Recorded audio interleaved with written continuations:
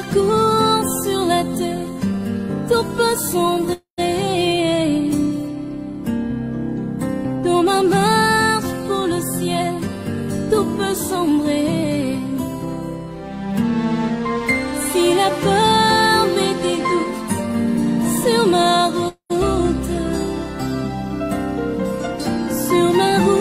je chanterai, tu es fidèle.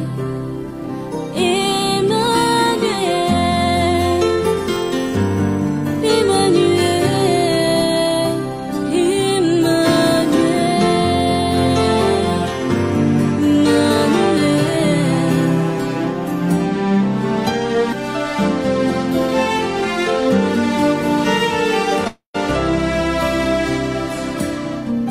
Dans mon parcours sur la terre, tout peut sombrer.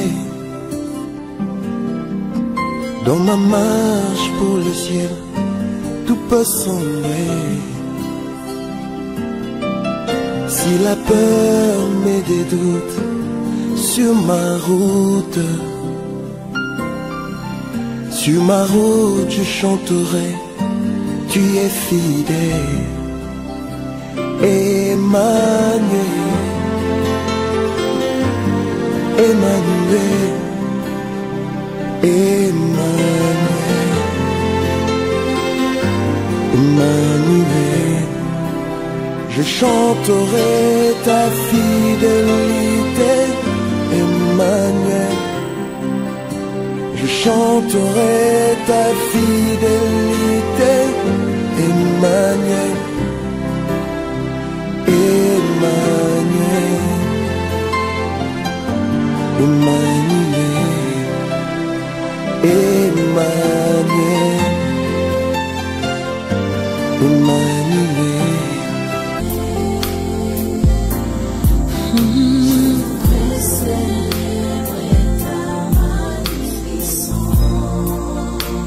Et venir combler mon cœur.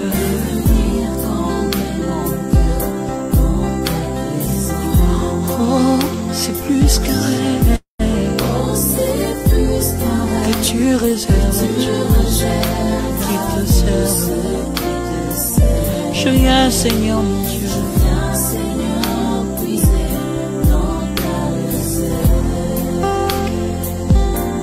Je viens devant toi, Père. Que tu restaures mon âme. Que tu m'affectes dans ta présence. Et que tu me connectes à toi. Seigneur, façonne-moi et apprends-moi à t'adorer. Viens me prêter le mot, Père, pour mieux t'adorer, selon le Saint-Esprit. Allons-y, oui, je sens couler la vie.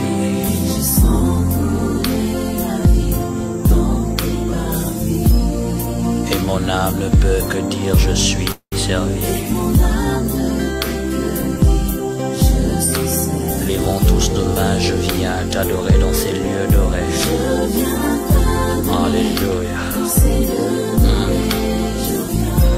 Me restaurer, Dieu dira mon état, bonheur pour moi. La rosée de ta présence m'a séduit. Alléluia. Et ton amour me libère de mes yeux. Je me sens renaître et tout mon être Yahweh, toi Seigneur Jésus, le divin Père.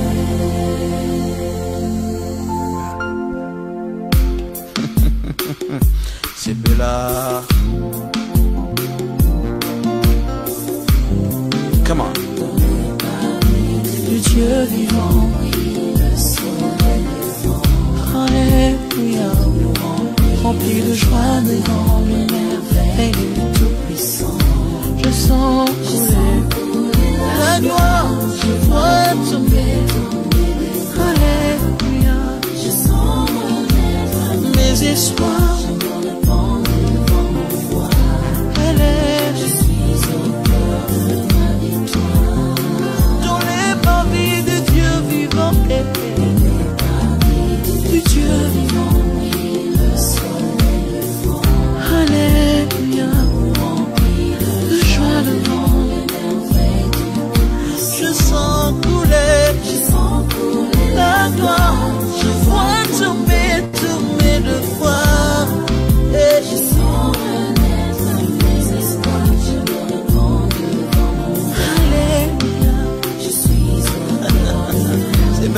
Seigneur, j'ai la joie de chanter, j'ai la joie de te célébrer. Est-ce que moi? Du Dieu vivant, le soleil levant, de joie le vent, je sens couler la gloire, je vois tourner de foi, je sens renaître mes espoirs, devant mon âme, je suis au cœur de Yes. Oh, notre Dieu est couronné, il est merveilleux. Allons-y, comment Dieu est amoureux.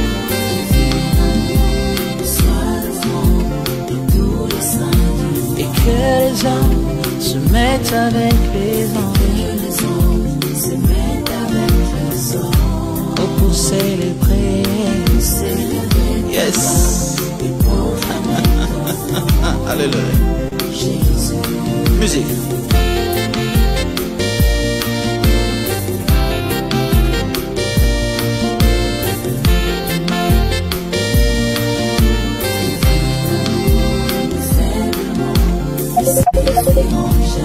non, non, non, non, ne suffiront jamais. Oh, car moi. Les arbres, voilà, on soigne en fait l'arbre. Donc c'est-à-dire, le Seigneur veut dire, il est monde. Donc tout simplement qui est connecté à lui, il est monde, c'est-à-dire, il prend soin de ces chrétiens-là. Donc c'est-à-dire, tu seras en charge du Seigneur. Vous voyez? Donc si tu t'accroches, c'est-à-dire, si tu te déconnectes du Seigneur, en d'autres termes, le Seigneur ne prendra pas soin de toi. Est-ce que vous voyez cela? C'est ça ce que veut dire le mondage. Parce que le mondage, c'est ça, quand on fait le mondage sur un arbre, c'est-à-dire on est en train de prendre soin de cet arbre-là. On enlève tout ce qui peut gêner la croissance de cet arbre. Vous voyez? Donc on prend soin de cet arbre. C'est ça ce que le Seigneur veut dire sur le mondage. Donc, il faut s'attacher, il faut s'accrocher. Vous voyez? Parce que remarquez que ce n'est pas là les étapes qui nourrissent l'arbre. Mais au fait, c'est le tronc qui nourrit les étapes. Le Seigneur se considère comme le tronc, comme le cep. Il dit, moi je suis la base, je suis la source. Donc c'est-à-dire, vous êtes des étapes. Donc vous dépendez de moi. Vous dépendez de moi du moment où vous êtes connecté à moi. Du moment où vous êtes accroché à moi. Du moment où vous êtes attaché à moi. C'est ça ce qui est dit dans Jean 15. Mais si vous êtes déconnecté de moi, vous allez sécher. Vous allez sécher. Donc vous n'aurez pas la vie. Vous ne réussirez pas. Vous n'irez pas loin. Vous n'avancerez pas. C'est ça au fait la pensée du Seigneur dans ce texte. Donc c'est-à-dire, tel que nous sommes là, chers enfants de Dieu, nous dépendons du Seigneur en tout et pour tout. Le souffle que nous avons, c'est lui. La santé, c'est lui qui peut dire ici que la santé qu'il a, c'est son père qu'il a, son père biologique qu'il a donné. Personne. Si nous sommes en forme et nous sommes en bonne santé, c'est le Seigneur qui nous a donné cette santé. Si nous respirons, nous sommes comptés parmi les vivants. C'est le Seigneur. C'est le Seigneur. C'est-à-dire, même sur tous les domaines de la vie, si nous voulons réussir, il faut s'attacher à la base. Il faut s'attacher à la source. C'est le Seigneur qui est la source de la réussite, qui est la source du succès, qui est la source des bénédictions, qui est la source de toutes choses. Alors, la requête est celle-ci. Demande à Jésus que tu t'accroches. Parce que le plus grand ennemi de notre vie spirituelle, c'est la chair. C'est la chair. Quand on veut s'approcher du Seigneur, souvent notre corps refuse catégoriquement. Il y a toujours des raisons. C'est ça ce qui est dit dans Galates chapitre 5, verset 16. Le désir de la chair est contraire à ceux... Est-ce que vous voyez ça? Est contraire à ceux de l'esprit. La Bible dit ces deux désirs sont en opposition. Donc il y a une guerre au niveau de l'âme de l'homme. Une guerre quand l'esprit veut prier. Comme le Seigneur dit dans Matthieu 26, verset 41. Il dit l'esprit est bien disposé. Mais la chair est faible. Et vous connaissez les faiblesses de la chair. C'est toutes les distractions que nous connaissons dans ce monde. C'est ça ce qui est lié aux faiblesses de la chair. Mais le Seigneur dit quoi? Marchez selon l'esprit et vous n'accomplirez pas les désirs de la chair. Marcher selon l'esprit implique La sainteté, la sanctification implique la vie de prière, implique la vie de méditation. C'est ça marcher selon l'esprit. Mais tout seul c'est compliqué parce que nous sommes liés à la chair. Notre corps est attaché au monde, est attaché à la poussière. Sans l'aide de Dieu, c'est compliqué, cher enfant de Dieu. Voilà pourquoi tu dois adresser à Dieu cette requête. Dis, demande à ton Père. Vraiment que ton Père s'exprime, s'il te plaît. Parce que la Bible dit, c'est de l'abondance du cœur que la bouche parle. Le mot que tu vas adresser à Dieu vient vraiment de ton cœur et ses soucis. Parce que le Seigneur est la source de tout. Sans Dieu, tu ne réussiras pas. Sans Dieu, tu ne partiras pas au ciel. Sans Jésus, tu ne prieras pas. Sans Jésus, tu ne vaincras pas les diables. Vous voyez que le Seigneur est le cep. Donc si nous sommes déconnectés de lui, nous sommes fichus. Alors demandons, puisons, demandons, Seigneur, aidez-moi. Donne-moi envie de prier, comme je sens envie de boire, envie de manger. Père, donne-moi aussi cette envie sur le plan spirituel. Sinon, je peux m'asseoir, je suis en train de regarder, je ne sais pas quoi sur la télé, mais je sens dans mon cœur un désir de chercher Dieu, un désir de jeûner, un désir de prier. Demande au Père, s'il te plaît, ce désir. Prions au nom de Jésus, alléluia. Père, élevons le Seigneur, donnons-lui gloire, donnons-lui gloire, donnons-lui gloire, donnons-lui gloire. Alléluia. Que le nom du Seigneur Jésus-Christ soit béni, soit richement béni. Encore une fois de plus, que le Seigneur, votre Père Céleste, vous bénisse tous abondamment. Soyez richement bénis. Qui dit un amen, reçoit cette bénédiction au nom de Jésus. Amen. Alléluia. Amen. Alléluia. Gloire à Dieu. Gloire à Dieu. Que Dieu vous bénisse abondamment. Chers enfants de Dieu, aujourd'hui nous mettons un point virgule sur nos facteurs que nous avons partagés tout au long de cette année, je peux dire tout au long de l'année 2024. On avait établi toute une liste pour pouvoir parler sur ces thèmes que nous avions commencé presque je peux dire quasiment toute l'année de l'année 2024. Les faux prophètes et les fausses doctrines. Et on avait relevé au moins 11 facteurs. Donc aujourd'hui, nous mettons un point virgule sur ces 11 facteurs et nous allons parler d'un nouveau sujet à partir du 1er janvier. Le sujet sur lequel nous allons aborder, on va partager sur des gens qui ont des natures maléfiques de Satan. Comment détecter une personne qui a la nature maléfique de Satan et sa mission auprès de ta vie, c'est quoi? On va vous expliquer. Et là, on va parler des sorciers parce que, bien aimé, tout le monde n'est pas enfant de Dieu et tout le monde ne se convertira pas. C'est ça ce qu'il faut comprendre. Il faut retenir ça. Ce n'est pas tout le monde dans ce monde. Même si on prêche comment, nous prêchons pour ceux qui sont les nôtres. Il y a d'autres qui sont les nôtres, mais qui sont encore dans le monde. Il y a d'autres personnes, mes bien-aimés, sont nés ivrés, il mourra ivré. Ce n'est pas moi qui l'ai dit, mais c'est le Seigneur qui l'a dit. Si vous lisez la parabole de l'ivré, vous allez comprendre. Parce que l'ivré est ivré de par sa nature, c'est par la sémence. Est-ce que vous voyez ça? Donc il y a des gens qui sont nés comme ça. Il est né avec la sorcellerie, il mourra avec la sorcellerie. Oh. Il y a très peu d'exceptions dans ce domaine-là. Des gens qui se convertissent, pardon. Il était dans l'occultisme, il devient chrétien. Il était dans la sorcellerie. Tout ça, le Seigneur lui fait grâce, il devient chrétien. Il y en a très peu. Sur 100, je peux dire, il n'y en a que 3 qui se convertissent. Entrer sur la toile, mes bien-aimés, c'est rare d'attendre souvent des personnes qui étaient dans... C'est rare, il y a très peu de témoignages. Donc la majorité des gens qui sont dans la sorcellerie, souvent la majorité, je peux dire à 95%, 95%, mes bien-aimés ont des natures maléfiques de Satan. Jésus, il a dit ça dans sa bouche. Il compare le monde comme son champ. Il dit, j'ai semé la bonne sémence. Mais la nuit, son ennemi est venu semer quoi? Ivré. Et le Seigneur dit, ivré, ce sont les fils. Le Seigneur a dit, les fils du diable. Maintenant, dans ce monde, qui sont-ils ces gens-là? La majorité de ces gens, ce sont souvent ceux qui pratiquent la sorcellerie, ceux qui sont dans l'occultisme. Souvent. Si vous voyez quelqu'un qui était dans la sorcellerie il est décédé dans sa sorcellerie. Il était ivré. Quelqu'un qui était occultiste, il n'a jamais abandonné ses pratiques, il est mort dans ça. Il était ivré. Vous allez dire quoi? Parce que tout celui qui est Siméon ne peut pas mourir sans raconter les salis. Est-ce que vous voyez ça?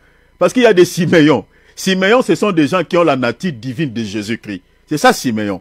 Parce que Dieu a dit à Siméon, Siméon, tu ne mourras pas sans raconter les salis, sans toucher aux salis. Il y a des Siméons.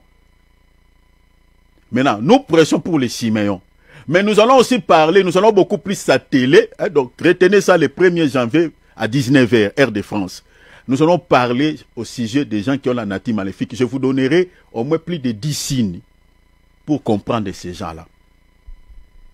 Parce que des fois, mes bien-aimés, nous sommes victimes de beaucoup de choses. Il y a des enfants de Dieu qui ouvrent leur cœur à tout le monde. Mais, cher enfant de Dieu, ma sœur, tu es en train de détruire ta propre vie à cause de ta bouche là. Et quand même la discrétion. Tu connais cette personne-là que tu es en train d'ouvrir ton cœur, tu es en train de parler de tout ce que tu es en train de faire dans ta vie, tu racontes tes projets à tout le monde. Sois aussi fort dans la prière. La prière, c'est moins, tu gênes moins. Vous pensez dans ce monde, quand on parle de Satan, vous pensez Satan, en tant qu'une entité, peut combattre le monde entier? Impossible. Satan, il est un ange que Dieu a créé, qui a des capacités illimitées. Le diable n'est pas omniprésent, le diable n'est pas omnipotent, le diable n'est pas omniscient pour savoir ce que toi tu fais dans ta vie. Et non. Mais comment le diable peut savoir ce que toi tu fais dans ta vie? C'est au travers de ses enfants. Premier signe, je vous donne déjà des signes. Vous savez, parmi les signes qui caractérisent une personne qui a la nature maléfique de Satan, qui est dans la sorcellerie, parmi les signes, je vous donne des signes déjà. L'hypocrisie et la curiosité. Ils sont des gens hypocrites, très très hypocrites. Et puis ce sont des gens très curieux. Ils veulent savoir tout. Parce qu'ils travaillent sur la base des informations. Il peut venir chez toi, il commence à te parler sa vie. Il te dit tout. Vous savez, il te dit tout pourquoi? Parce qu'il t'aime, non. Pour que toi tu penses que oui, ça c'est vraiment ma sœur. Vraiment, regarde, il ne me cache même rien de sa vie. Il me dit tout. Et toi, pour que toi tu ouvres aussi ton cœur à lui. Et quand toi tu vas ouvrir ton cœur à lui, c'est là où il va comprendre, ah, donc il veut se marier, elle veut se marier, ah, elle veut voyager, elle veut faire ça, elle veut acheter une parcelle là, pour mieux te combattre. Et la vie de beaucoup des enfants de Dieu sont combattus comme ça. Parce que l'ivraie s'aimait où? L'ivraie s'aimait dans les mêmes champs que les blés. Les ivraies ne sont pas loin de nous. Ils ne sont pas loin de nous. Ils sont dans nos familles, sont dans nos quartiers, sont dans nos lieux de travail, sont partout. Ils sont partout. Ce sont ces gens qui nous combattent.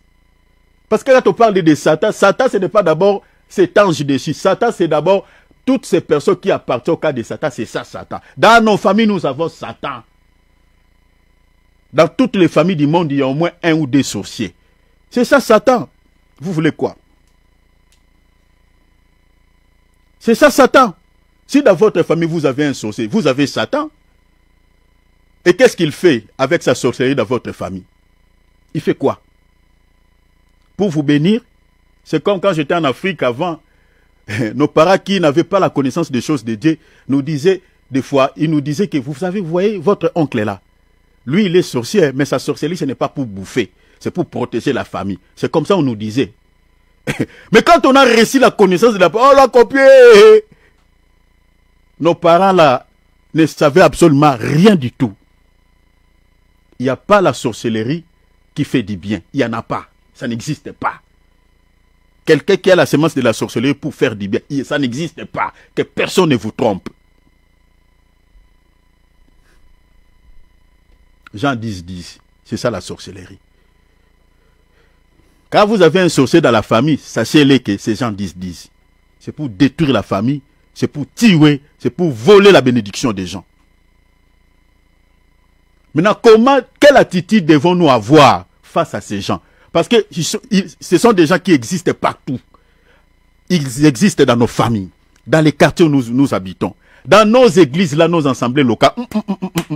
Là-bas, c'est le qui-je. Surtout si vous êtes dans une église où il n'y a pas des équipes des intercesseurs, il n'y a pas des gens qui prient tout au long de la semaine pour l'église. Chers enfants de Dieu, c'est le qui-je, oh. C'est l'air qui-je. C'est là où ils viennent se cacher. Ils ont des tâches dans nos assemblées, ces gens-là. Ils ont des tâches. Parmi les membres actifs, si l'homme de Dieu n'a pas le discernement pour pouvoir prier Dieu, pour choisir des gens qui peuvent travailler pour l'église, souvent l'homme de Dieu tombe sur ces gens. Parce que ce sont des gens qui aiment travailler. Attention, hein, il y a des exceptions. Hein. Il ne faut pas qualifier cette maman-là qui aime travailler pour le Seigneur. Mais souvent, ce sont des gens qui aiment travailler, qui aiment servir. Pourquoi? Parce qu'ils veulent gagner la confiance de l'homme de Dieu. Ils veulent comprendre tout ce qui se passe dans l'église, comprendre les secrets pour mieux combattre. Ils se donnent dans nos assemblées là. Ils sont pleins. Parce que les chants, dans un autre langage, le Seigneur dit livrer, s'aimer dans les chants, mais les chants c'est aussi l'église locale. 1 Corinthiens chapitre 9, chapitre 3, je crois, verset 9. Alors, on va vous parler de ce sujet. Donc, préparez vos calepins. On va parler de ce sujet qui est pendant un mois. Et après, nous allons revenir, on va partager maintenant sur les fausses doctrines que nous retrouvons dans nos assemblées. Parce que là, je vous donnerai encore une liste et puis on va faire un petit voyage, je crois, pendant 1 ou 2 mois, 3 mois. Et puis on va arrêter. Donc, je vous donnerai quelques après. On verra, peut-être, on parlera sur les prophéties, sur les signes qui caractérisent la fin des temps. Dieu, si Dieu le veut.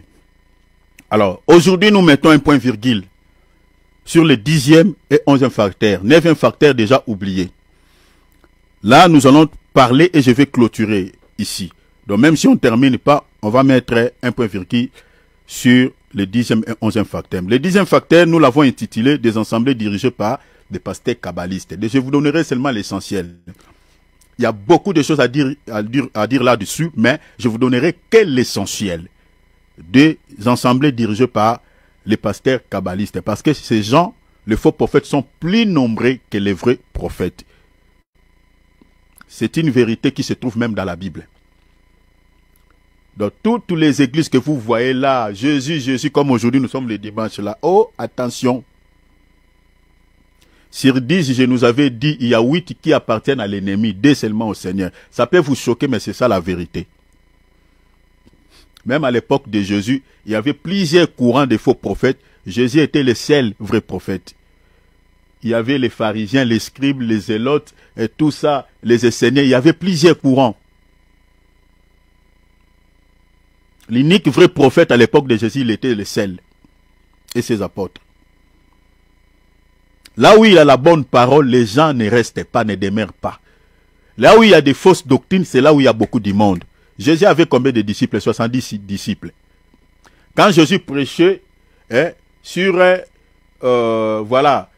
des choses de ce monde, il y avait beaucoup de monde, il y avait la foule. Regardez dans Jean 6, Jean 6, oui.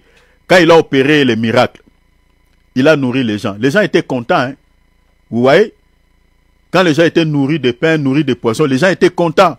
Ah, le Seigneur, il est puissant. Ah, le Messie est sorti au milieu de nous. Ah, voilà ce qu'Isaïe avait dit. Donc nous, Israël, il y a un Messie. Voilà. Les gens pouvaient glorifier Dieu parce que Jésus était en train de réaliser des miracles. Il guérissait. Quand il guérissait les malades, les gens pouvaient glorifier Dieu. Pourquoi? Parce que c'est ça ce que les gens aimaient. Les signes spectaculaires. La puissance de Dieu. Les gens aimaient ça. Mais lisez bien dans Jean 56, à partir du verset 50. Quand Jésus maintenant voulait chercher maintenant à prêcher un évangile qui cible l'âme, à prêcher un évangile qui ne cible que l'esprit. Là, les 70 disciples n'étaient plus avec lui. Hein. Tous étaient partis. Tous étaient partis. Il est resté avec les 12 qu'il avait choisis dès le début. Vous voyez, hein? Là où il y a la vérité, là où il y a les messages qui ne ciblent que l'âme, il n'y a pas d'immondo. Beaucoup des assemblées où vous voyez, il y a des exceptions bien évidemment, et quand je parle, il faut toujours mettre une exception. Mais la majorité des églises où il y a du monde, bien aimé, c'est là où il n'y a rien. Il n'y a pas l'évangile qui peut sauver. Souvent. Là où il y a du monde. Parce que l'homme est charnel, dans sa nature charnelle, aime que des choses charnelles. Alors que Jésus était mort pour que nous ayons le salut de l'âme. Et non le salut du corps. Faisons attention. Alors, nous allons parler ici des assemblées dirigées par les pasteurs kabbalistes. Et 11e facteur, je vais parler sur l'une des plus grandes caractéristiques des faux prophètes. Je parlerai sur la division et la manipulation. Alors, je vais vous donner rien que l'essentiel aujourd'hui et puis nous allons arrêter. Alors, retenez déjà que la Kabbalah ou la Kabbale juive tire son origine de la religion juive appelée judaïsme. Ça tire sa source là-bas. Elle fait partie des traditions ancestrales juives. La Kabbale. La Kabbale, ce n'est rien d'autre que la magie noire. Ou si vous voulez, la face cachée du judaïsme ou la sorcellerie juive. Retenez ça. C'est ça la Kabbale. C'est la magie, c'est la sorcellerie, c'est l'occultisme. La majorité des serviteurs de Dieu qui effectuent des voyages en Israël, la majorité, il y a d'autres qui effectuent pour faire du tourisme. Mais la majorité, mes bien-aimés, c'est pour aller rencontrer les rabbins juifs, les rabbins de tout ça, pour aller récupérer des choses là-bas, acheter des parfums qu'on vous vend là-bas. J'avais vraiment l'intention de vous balancer quelques vidéos, mais en tout cas, je n'ai pas fini. Parce que j'ai médité jusqu'à 5h du matin, toute la nuit. Donc, je n'ai pas eu le temps même de préparer quoi que ce soit, parce que j'ai quelques séquences. Mais je crois, Dieu voulant, peut-être au mois de février, si Christ tarde à venir, ou mars, peut-être on va vous balancer quelques vidéos quand on va toucher certains points. On va vous montrer quelques parfums, parfums sataniques que les pasteurs kabbalistes vendent à leurs ouailles. Vous comprenez? On va vous montrer parce que beaucoup vont, parce que là, c'est là-bas où se trouvent les stocks. Ils vont aller puiser là-bas des parfums qu'on vend dans plusieurs églises. Si vous voyez dans une assemblée où le pasteur est tenté d'utiliser les parfums pour guérir les gens, vous comprenez? C'est-à-dire il est kabbaliste. Ça fait partie des signes. Alors, lisons une écriture. Galates chapitre 1er, versets 13 à 14. Galates chapitre 1er, 13 à 14. Vous avez su en effet quelle était autrefois ma conduite dans le judaïsme. C'est Paul qui parle. Comment j'ai persécuté à outrance exactement l'église de Dieu. Vous voyez déjà le judaïsme de l'époque, à l'époque de l'apôtre Paul, combattait la vraie église. Est-ce que vous voyez? Ça vous dit quelque chose, non? Donc les gens qui étaient dans le judaïsme, ils combattaient la vraie église. Donc vous comprenez que parce que la Kabbale, comme je viens de dire, tire son origine dans le judaïsme. Donc vous comprenez que la mission de toutes ces personnes-là qui pratiquent la Kabbale, ce n'est pas pour aider l'église à avancer, mais c'est pour, au fait, combattre l'église de Dieu. C'est ça leur objectif. C'est ça. L'objectif du judaïsme, ce n'est pas pour aider l'église de Dieu à avancer, mais de combattre. Parce que depuis la nuit des temps, ces gens combattaient toujours l'église. Les pharisiens qui appartenaient à cette religion, les scribes, tout ça, les sadducéens, toutes ces personnes-là, ils combattaient la vraie religion. Vous voyez, Étienne a été martyrisé à cause de ces gens. Il était décédé à cause de ces gens. Donc, le but de ces gens-là, ce n'est pas de pouvoir aider les enfants de Dieu, mais de pouvoir les tuer, de pouvoir compliquer la vie des enfants de Dieu. Alors, la Bible dit, l'apôtre Paul dit, ma conduite dans le judaïsme, comment j'ai persécuté à outrance l'église de Dieu et la ravagé. Et comment j'étais plus avancé dans le judaïsme. Dans le judaïsme, il y a des étapes. Il faut faire l'école des talmudiques. Si tu veux devenir vraiment grand maître, tu veux devenir rabbin, tu veux avoir plus la connaissance, il y a des études que tu dois faire. C'est comme la franc-maçonnerie, c'est comme l'Illuminati. Si tu veux atteindre le 33e degré, tu dois étudier. Bien que tu iras en enfer, mais tu dois te sacrifier quand même. J'étais plus avancé dans le judaïsme que beaucoup de ceux de mon âge et de ma nation.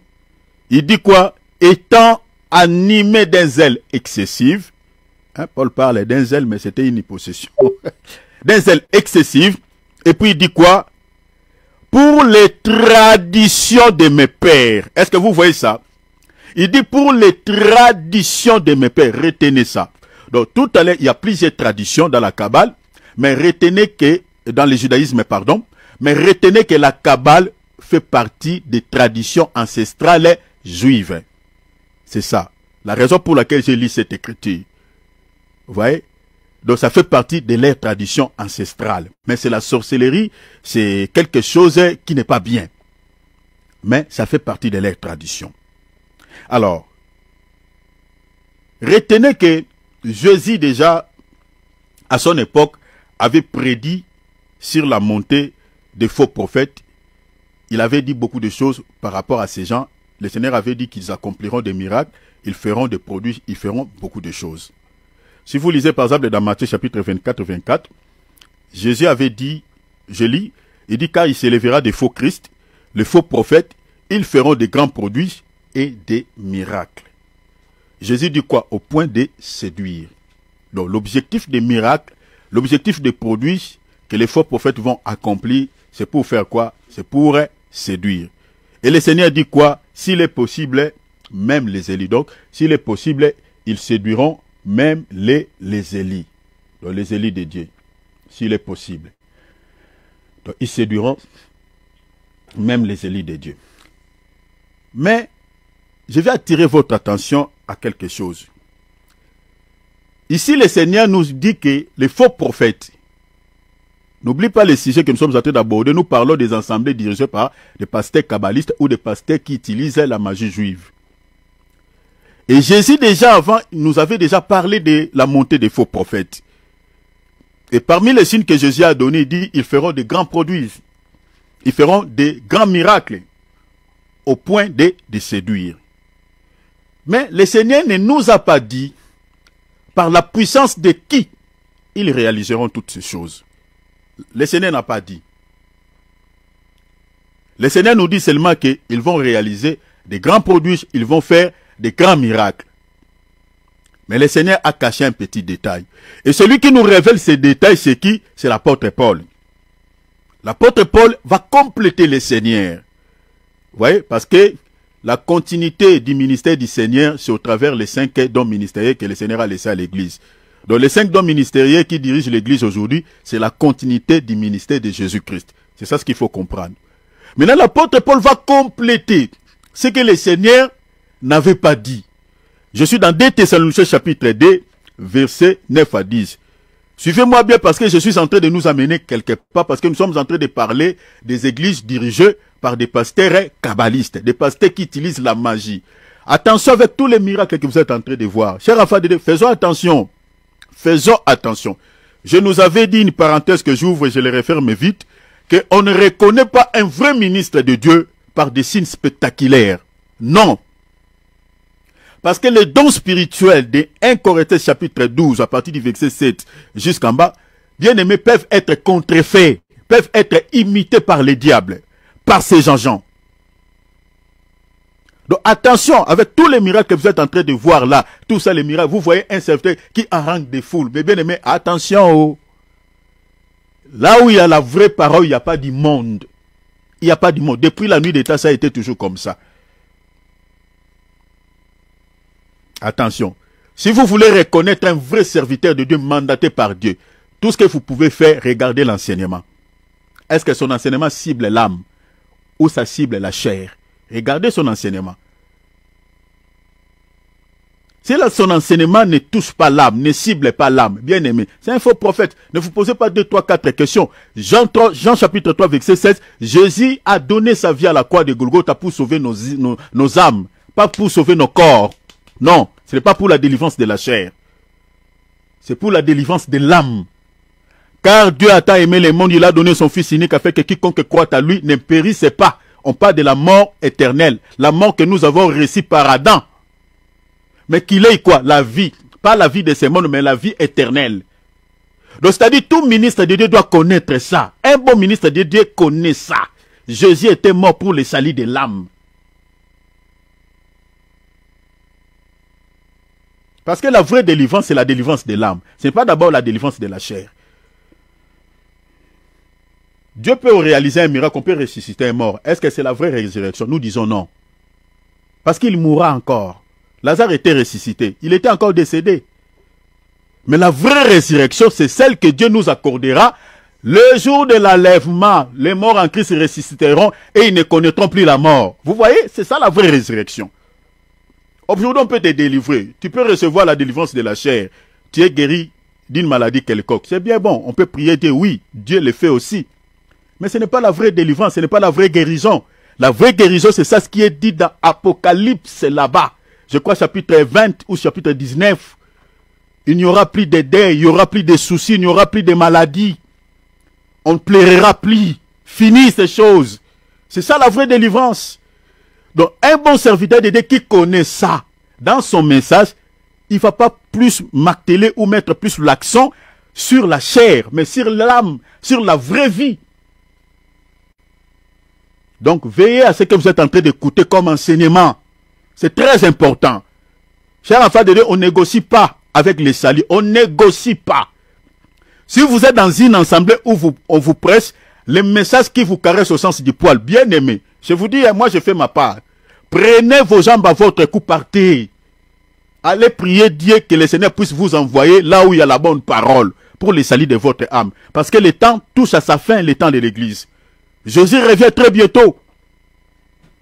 Si vous jouez avec votre salut, c'est pour l'éternité en enfer. C'est pour l'éternité. L'enfer n'a qu'une porte, ni qu'une seule porte. Hein. Si vous entrez, il n'y a pas la porte de sortie, c'est fini. Une fois entré là-bas, la porte est bloquée. Il y aura pleinement du feu là-bas, les gens feront des barbecues avec les satans. On ne souhaite à personne d'aller là-bas. Mais les gens iront là-bas parce que les gens veulent là où il y a l'évangile secret. Faisons attention. Alors, Jésus nous a pas donné un petit détail. Mais l'apôtre Paul va compléter le Seigneur. Parce que le Seigneur dit, les faux prophètes se lèveront. Ils feront de grands prodiges. Ils feront des miracles. Et le Seigneur dit au point de séduire. Mais il fallait quand même le Seigneur puisse nous dire.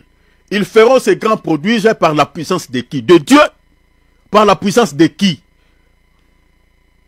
Le soubassement de leur miracle sera quoi? Mais l'apôtre Paul dit, 2 Thessaloniciens chapitre 2 verset 9 à 10, l'apparition de Saint-Esprit, remplacez l'impie ici par faux prophètes. Parce que si vous lisez, vous remontez un peu plus haut, vous allez voir ça. L'apparition de cet impie ou de ces faux prophètes se fera, la Bible dit quoi? Par la puissance de Satan. Ah, ça c'est un petit détail déjà, l'apôtre Paul dit. Par la puissance de Satan. L'apôtre Paul dit, avec toutes sortes de miracles. Ah, est-ce que vous voyez ça? Avec toutes sortes de miracles, des signes et des prodiges mensongers. Avec toutes les séductions de l'iniquité pour ceux qui quoi? Pour ceux qui périssent. Vous voyez? Les signes, les miracles, les prodiges, les chrétiens qui suivent les miracles à gauche, qui suivent les prophéties à droite, ce sont des gens qui n'ont pas la vie de Dieu. Parce qu'un vrai chrétien ne peut pas suivre les miracles, ne peut pas suivre les prophéties. Le Seigneur a dit dans Marc 16, 17, les miracles nous accompagneront. Ce n'est pas à nous d'aller chercher les miracles. Les miracles doivent nous accompagner. Même depuis chez toi, les miracles peuvent t'accompagner. Si tu as Dieu, tu peux jeûner, tu peux prier pour une situation quelconque. Tu verras Dieu. Tu verras Dieu. Nous vivons dans la dispensation de la grâce. Le Seigneur peut réaliser un miracle dans ta propre vie sans passer par un pasteur. Si tu le cherches. Il n'y a aucun pasteur, cher enfant de Dieu, qui a un bâton de commandement où, voilà, s'il frappe comme ça, le miracle est possible. Non, personne ne programme ça. Que ce soit l'homme de Dieu, que ce soit les fidèles, des fois nous sommes surpris quand Dieu agit. Mais si vous voyez un homme de Dieu qui est en train de programmer les miracles, il dit, il y aura ceci, il y aura cela, c'est un magicien. Parce que Dieu réalise des miracles dans le sens où, parce qu'il veut des fois, il nous surprend pour récupérer toute sa gloire. Vous comprenez? C'est comme ça que Dieu fait les choses. Parce que s'il va déjà programmer toutes choses, mais la gloire va revenir à l'homme de Dieu, parce qu'il va s'enorgueillir, il va publier. Vous voyez? Mais des fois, l'homme de Dieu est surpris quand Dieu agit. Pourquoi? Parce que Dieu récupère toute sa gloire. Dieu ne partage jamais sa gloire avec quelqu'un. Mais quand vous voyez ces gens-là, ils disent, voilà, il y aura les miracles, il y aura ça, il y aura ça. Ce sont des magiciens. Un vrai serviteur de Dieu ne dit rien, ne programme rien. Il dit, venez, je sais que le Seigneur ne nous décevra pas. Le Saint-Esprit sera au rendez-vous. Ils disent comme ça. Parce qu'on ne sait pas. Donc l'apôtre Paul dit ici, donc l'apparition de ces faux prophètes se fera par la puissance de Satan. Donc vous comprenez que les miracles que ces faux prophètes réalisent, les produits que ces faux prophètes réalisent, l'apôtre Paul dit, c'est par la puissance de Satan. C'est par la puissance de Satan. Et donc vous comprenez que un faux prophète, les miracles qu'il réalise, les produits qu'il réalise, les prophéties qu'il donne aux gens, ce n'est pas par l'Esprit de Dieu, ce n'est pas par l'esprit de qui que ce soit, si ce n'est pas la magie, par la puissance de Satan, la puissance des mondes des ténèbres. Et l'objectif, c'est quoi? C'est de pouvoir égarer les enfants de Dieu sur le droit chemin. C'est ça l'objectif de tous ces signes spectaculaires. Alors aujourd'hui, la cabale, c'est ça la force de Satan. La cabale qui est répandue dans nos ensembles aujourd'hui, c'est ça la puissance de Satan qui est en train d'agir dans la plupart des ensemblées que nous sommes en train de voir, mes bien-aimés. Je vous donnerai tout à l'heure des signes. Des signes. Parce que je ne serai pas long avec ça, parce que je toucherai directement les 11e point. Donc, je vous donnerai des signes. Si vous voyez ces signes-là, chez un serviteur de Dieu, ne vous posez pas 3-4 questions. N'allez même pas prier Dieu, ne dérange pas Dieu. Comprenez tout simplement qu'il est un sorcier, c'est un agent des mondes des ténèbres, c'est un kabbaliste. Ce sont ces gens-là que l'apôtre Paul dit déguisés aux apôtres de Christ, aux ouvriers de la justice. Mais en réalité, ce sont les ministres de Satan. Parce que leur maître se déguise aussi en ange de lumière. Alors, à l'époque, je vais nous donner des témoins. À l'époque déjà des apôtres, il y avait déjà, parce que nous parlons de la Kabbale juive. Mais retenez que à l'époque des apôtres déjà, il y avait des faux prophètes juifs qui pratiquaient la magie, tout ça, qui pratiquaient la sorcellerie dans l'objectif d'égarer les gens. À l'époque déjà des apôtres. Je vais vous donner des témoins. Des juifs, mais qui pratiquaient la magie, qui étaient en peau des serviteurs de Dieu, des loups. Je vous donne des textes. Lisons Actes des apôtres, chapitre 8, versets 9 à 11. Je lis au nom de Jésus. Il y avait auparavant dans la ville un homme nommé Simon, qui se donna pour un personnage important. Vous voyez, ces gens-là sont très orgueilleux, hautains. Lui-même se croyait déjà, voilà, quelqu'un. La Bible dit, exercer quoi? La magie. Souligné. Donc cet homme, retenez déjà, il était juif. Parce qu'on nous parle, il était de la Samarie, donc il était un juif. Mais il exerçait la magie. Et la Bible dit, et provoquait l'étonnement du peuple. Vous voyez l'objectif, séduire le peuple, l'étonnement du peuple de la Samarie. Verset 10. Tous, depuis les plus petits jusqu'aux plus grands, l'écoutaient attentivement et disaient, celui-ci est la puissance de Dieu. Donc c'est-à-dire, quand vous réalisez, vous regardez Simon comme ça, ce qu'il dit, les biens qu'il est en train de faire au peuple, guérir les malades, donner des prophéties qui ne tapent pas à côté. Et le peuple disait, mais ce monsieur, il a la puissance de Dieu. Parce que, cher enfant de Dieu, un miracle réalisé par le Saint-Esprit et un miracle réalisé, je parle d'un miracle réalisé par un faux prophète et un miracle réalisé par un vrai prophète. Si vous n'avez pas le discernement, comment vous pouvez les distinguer? C'est impossible. C'est impossible. C'est seulement si vous avez la connaissance, vous pouvez bien les dissocier. Une prophétie qui vient d'un vrai prophète et une prophétie qui est donnée par un faux prophète, comment on peut les distinguer si vous n'avez pas les discernements? Si vous n'avez pas été enseigné, c'est compliqué. C'est compliqué. Donc vous pouvez tout attribuer à Dieu, comme ces gens. Ils attribuaient tout à Dieu. Ces messieurs, la Bible a dit, ils pratiquaient la magie. Mais le peuple ne savait pas que ce que Simon était en train de faire, c'est de la sorcellerie. C'est de la magie. Ils ne savaient pas. C'est comme aujourd'hui. Tous les miracles que les gens là réalisent au nom de Jésus, entre guillemets, les gens attribuent cela à la puissance de Dieu. Parce que beaucoup de gens sont mal affermis. Beaucoup de gens ne sont pas enseignés. On attribue tout à Dieu. Les gens disent que ah, voilà, c'est un homme de Dieu. Il a la puissance de Dieu. Voilà, on attribue tout à Dieu. Mais laisse-moi nous dire, mes bien-aimés, beaucoup de miracles que vous voyez là, ça et là, bien-aimés, le soubassement de ces miracles, c'est la force occulte. C'est la puissance de l'ennemi. Mais il faut seulement avoir le discernement pour comprendre que ça vient de Dieu, ça ne vient pas de Dieu. Réécoutez les vidéos qu'on avait fait ici. Je nous avais donné quelques astuces pour pouvoir faire la différence entre les miracles qui est réalisé par un vrai serviteur de Dieu et les miracles qui est réalisé par un faux prophète de Dieu. Par un faux prophète, pardon. Je peux vous donner rapidement les signes. Comment tu peux distinguer un miracle qui est réalisé par un vrai serviteur de Dieu et un miracle qui est réalisé par un faux prophète? Lisez seulement, je vous donne une écriture. Prenons par exemple Deutéronome 13. Le Seigneur dit, quand un faux prophète donne une prophétie, il réalise un prodige.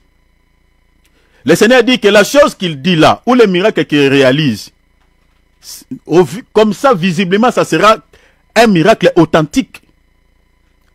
La prophétie qu'il va vous donner, ça ne va pas taper à côté. Il vous dira des choses vraies. Mais le problème, le Seigneur donne un signe. Il dit, pour comprendre qu'il est faux, il va vous traîner derrière un autre Dieu. Est-ce que vous voyez? C'est ça, Deutéronome 13. Il va vous traîner derrière un autre Dieu. À l'époque, il va vous conduire peut-être derrière Astarté, derrière Asherah, derrière Baal. À l'époque, quand le Seigneur parlait. Mais aujourd'hui, si un chrétien, un faux prophète te conduit derrière des statuettes, tu vas directement comprendre. Mais comment ces gens-là qui réalisent de faux miracles, ils nous entraînent derrière les autres dieux, derrière d'autres divinités? C'est par l'enseignement. Est-ce que vous comprenez? Parce que dans l'enseignement, parce que Philippiens chapitre 3, verset 18 à 20, la Bible dit quoi? Ils ne pensent que aux choses de la terre, ils servent le Dieu du ventre. Est-ce que vous voyez? Le Dieu du social, c'est-à-dire dans leur enseignement, ils vous présentent le Dieu du social, le Dieu de la richesse, le Dieu mammon. L'évangile de la prospérité. Est-ce que vous comprenez cela? C'est ça, vous présentez un autre Dieu. Donc c'est-à-dire pour reconnaître un serviteur de Dieu qui réalise des miracles authentiques et un serviteur de Dieu, un faux prophète qui réalise les miracles par la puissance de Satan, c'est par l'enseignement. C'est par l'enseignement. Ça, c'est le premier signe. Il y a d'autres signes. Réécoutez les vidéos qu'on avait fait. Mais le premier signe, d'abord, regardez l'enseignement qu'il donne. Est-ce que c'est l'enseignement qui vous pousse à adorer le Dieu mammon, qui vous pousse à adorer le Dieu du ventre? Est-ce que vous comprenez? Le Dieu des richesses, le Dieu du social. Regardez son enseignement. Est-ce que vous voyez cela? Ça fait partie des signes. Donc, vous comprenez que ces messieurs, le peuple de la Samarie, ils ont attribué sa magie à la puissance de Dieu. Alors que rien à voir. C'est comme aujourd'hui, beaucoup de chrétiens sont bernés par ces gens. Sont entraînés par ces gens. Ils utilisent la Kabbale, la puissance de la sorcellerie. Ils réalisent les miracles. Ils donnent des prophéties par des esprits de mort. Mais le peuple de Dieu ne discerne pas. C'est pareil avec le peuple de la Samarie. Devant Simon le magicien, il croyait que Simon c'est un grand prophète juif. Il croyait que Simon c'est un grand homme de Dieu. Ils attribuaient sa sorcellerie à la puissance de Dieu, alors que c'était rien à voir. Un autre témoin, Acte 13, 2, 12. Je suis dans la traduction Bible expliquée 2004. Vous pouvez lire avec vos traductions, il n'y a aucun souci. Et ensuite traversé toute l'île, jusqu'à Paphos. Ils trouvèrent un certain magicien. Et ici, il y a vraiment la précision. On dit faux prophète juif. Vous voyez, déjà à l'époque des apôtres Paul, il y avait des juifs qui utilisaient la magie en costume de serviteurs de Dieu. Faux prophète juif. Son nom c'était quoi? Son nom s'appelait Bar Jésus. Bar Jésus dans le sens étymologique veut dire tout simplement, hein, c'est en araméen, veut dire, c'est Acte 13, 6 à 12. Il s'appelait Bar Jésus. Bar Jésus veut dire quoi? Fils de Jésus en araméen. Vous voyez déjà la malice. Vous voyez, hein? Donc quand les gens entendaient ces messages, on dit Bar Jésus. C'est-à-dire, ce prophète s'appelait fils de Jésus. Bien aimé. C'est pour cela, pour comprendre un faux prophète, cher enfant de Dieu, il faut être enseigné. Ils font tout pour ne pas être dévoilés. Ils font tout. Ils ont des noms là. Vous voyez, vous allez entendre un nom comme ce monsieur, Bar Jésus. Oui. C'est le prophète du ciel. Prophète du ciel. Vous allez entendre plusieurs noms de ces gens-là que je ne connais même pas. Je connais un qui était chez nous au Congo là-bas, il s'appelait du ciel. Vous allez entendre des noms comme flamme de feu. Il y a des noms comme ça. Alors, vous voyez déjà que, selon ces passages, la Bible nous parle déjà que des faux prophètes qui utilisaient la magie existaient déjà depuis l'époque des apôtres. Je vous donne directement les indicateurs pour reconnaître les pasteurs ou les prophètes ayant touché à la Kabbale, la magie juive. Je vous donne directement des signes. Je vous donne des signes directement. Premier signe d'abord, l'enseignement. L'enseignement dont je parle ici, ils ont des enseignements tels que l'ordre de Melchisédek. Ceux qui sont dans la Kabbale, vous allez entendre ça. Dans la Bible, on nous parle de Melchisédek. Mais le Melchisédek que les gens là parlent dans la Kabbale, ce n'est pas le Melchisédek de la Bible, non. Non, le Melchisédek que Abraham a raconté. Le Melchisédek dont la Bible nous parle dans l'Épître aux Hébreux chapitre 7. C'est un autre Melchisédek. C'est le Seigneur Jésus. Le Melchisédek que les kabbalistes présentent aux gens, si vous suivez, tapez sur la toile, vous tomberez sur des vidéos comme ça. C'est un autre Melchisédek, c'est-à-dire c'est un démon. Vous avez l'internet, tapez le Melchisédek de la Kabbale. Vous tomberez sur des enseignements comme ça. C'est un autre Melchisédek. Alors, ça fait partie de leurs enseignements. Ils donnent des enseignements sur l'ordre de Melchisédek. Ils donnent des enseignements sur les sacerdoces. Ils aiment parler beaucoup sur les alliances. C'est-à-dire, tu ne peux pas travailler avec lui si tu n'es pas connecté avec lui. Si tu n'es pas en alliance avec lui. C'est ça les sacerdoces qu'ils prêchent.